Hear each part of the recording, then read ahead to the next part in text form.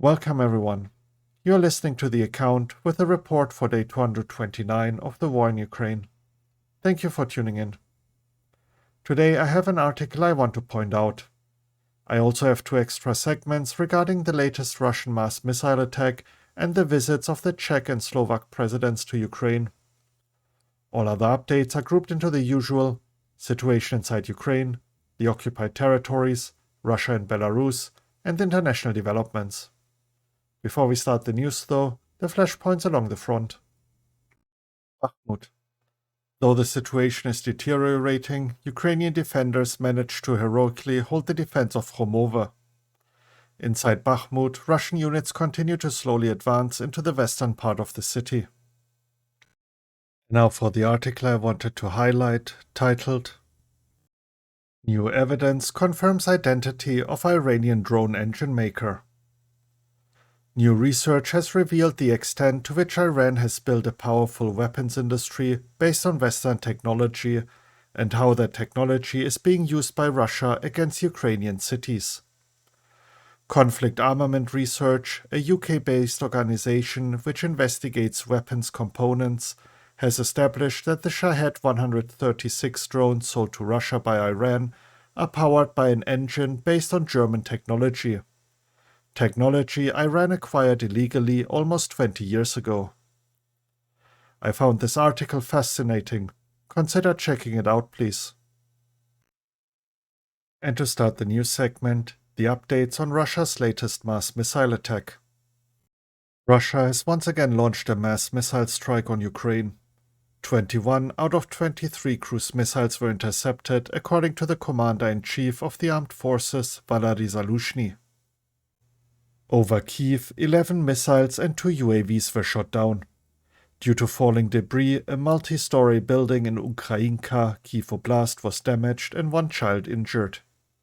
This was the first missile strike on Kyiv in 51 days.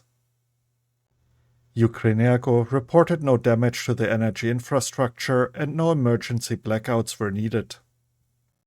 Sadly, in Uman, Czech Oblast, a Russian missile hit a residential high-rise building.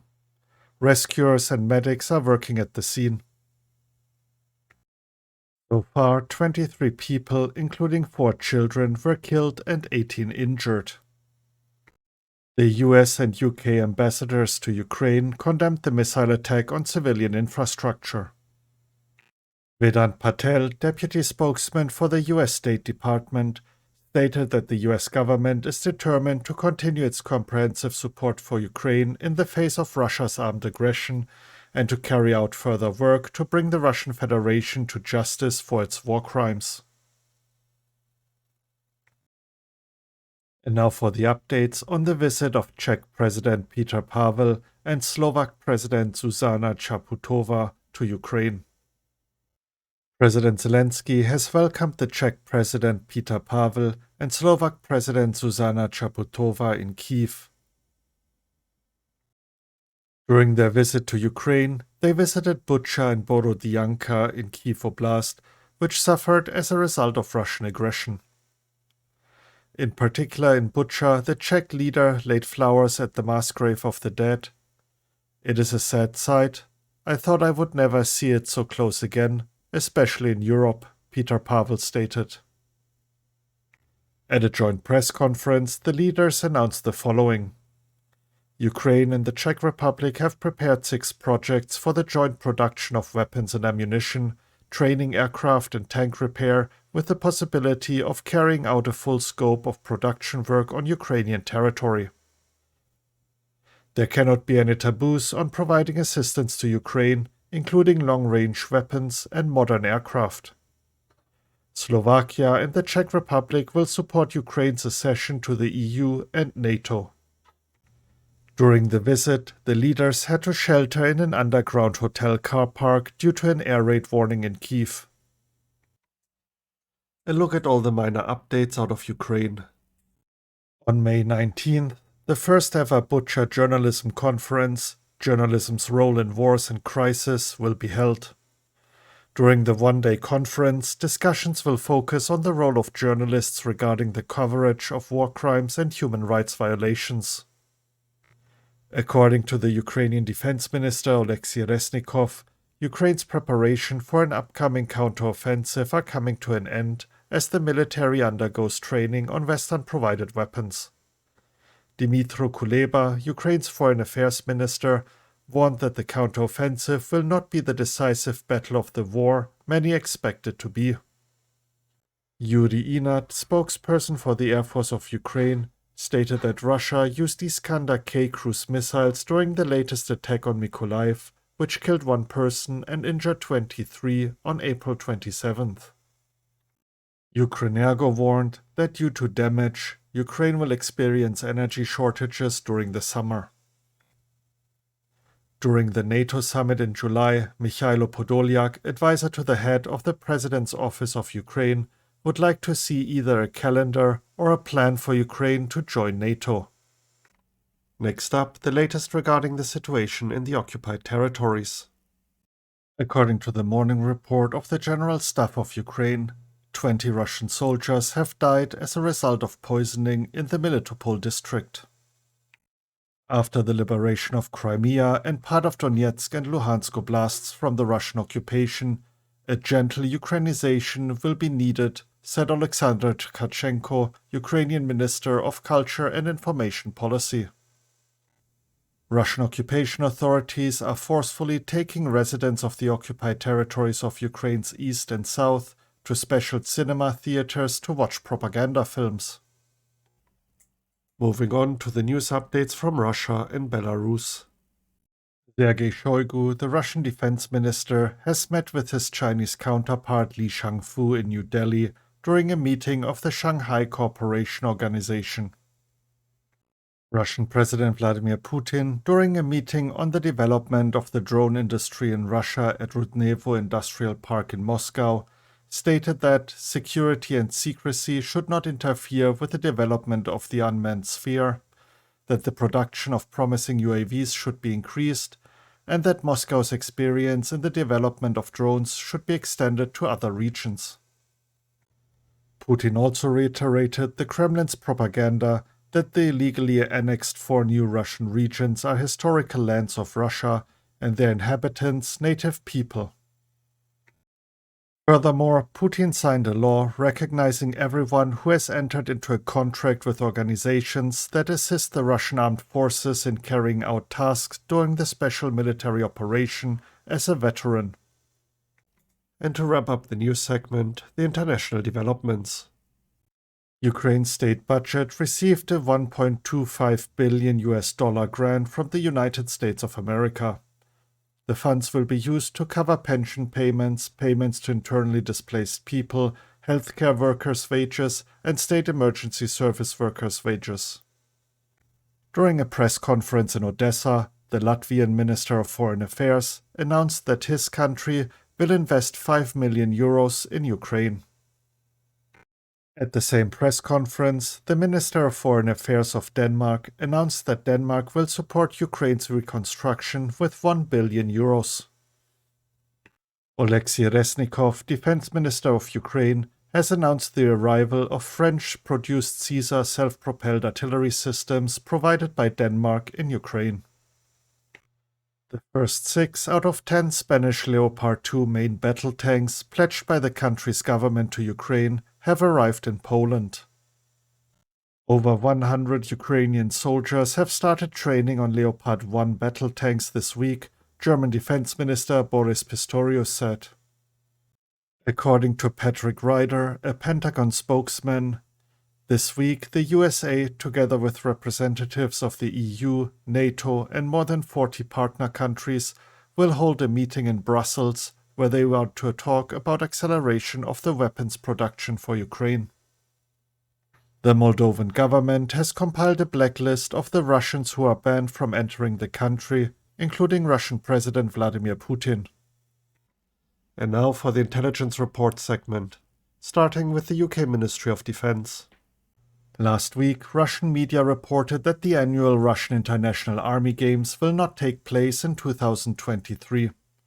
Pitched as the War Olympics, the Games have symbolized Russia's attempt to re-establish the military at the heart of popular culture. The festival-like event is particularly known for the tank biathlon. Russia has likely cancelled the games mainly because it is concerned the event would be seen as frivolous in wartime.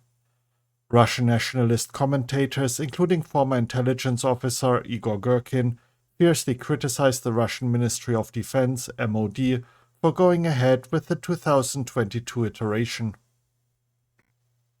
There is also a realistic possibility that due to losses in Ukraine, the Russian MOD is concerned a shortage of tanks, tank crews, and other skilled personnel will risk the Russian team's usual domination of the medals table. A look at the latest assessment by the Institute for the Study of War. The Russian military command appears to be reshuffling the leadership of command organs associated with force generation, sustainment, and logistics. The three command organs that are reportedly receiving new leadership as part of this reshuffle are noteworthy because they are associated with managing aspects of Russian force generation, troop sustainment, and logistical oversight.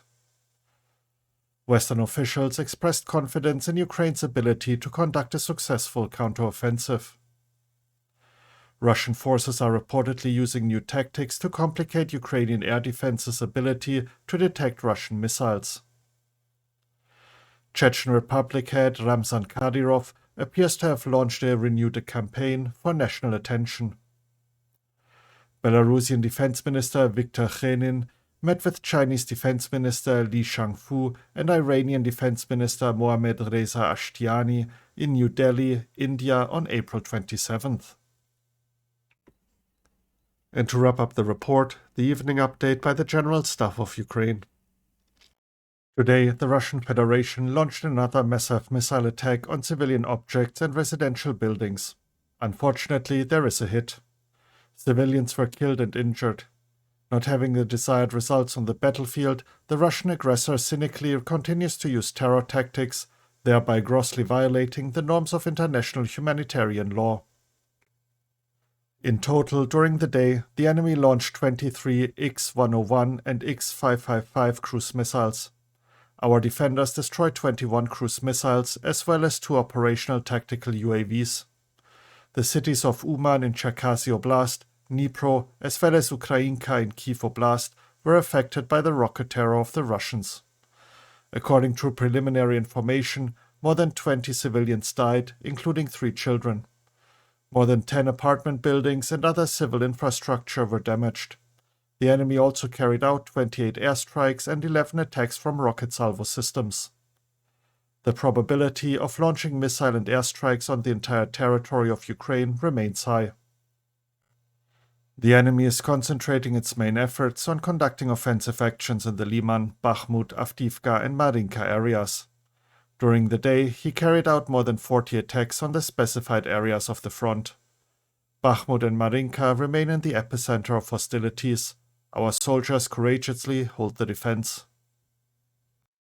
In the Liman direction, the enemy carried out unsuccessful offensive actions in the direction of Bilohorivka. In the Bakhmut direction, the enemy continues to conduct offensive actions. Fighting continues in the city of Bakhmut.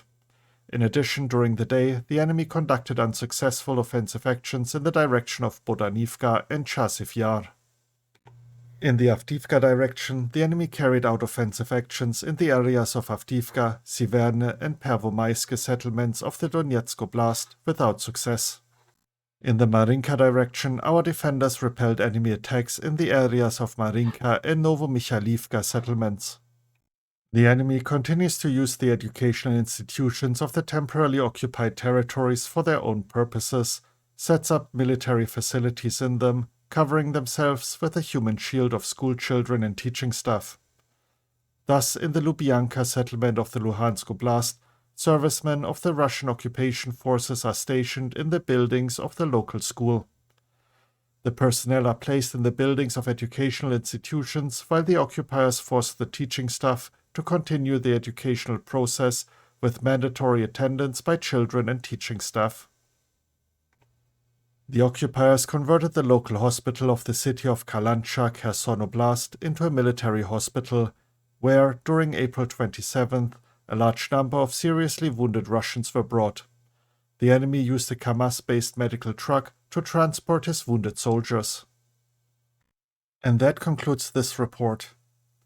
If you're interested in any of the details to the articles I mentioned, you can find links to them in the description to read up on them. If you enjoyed the report and found it informative, please consider sharing it with others and giving me a like. Thank you for tuning in, and have a great day.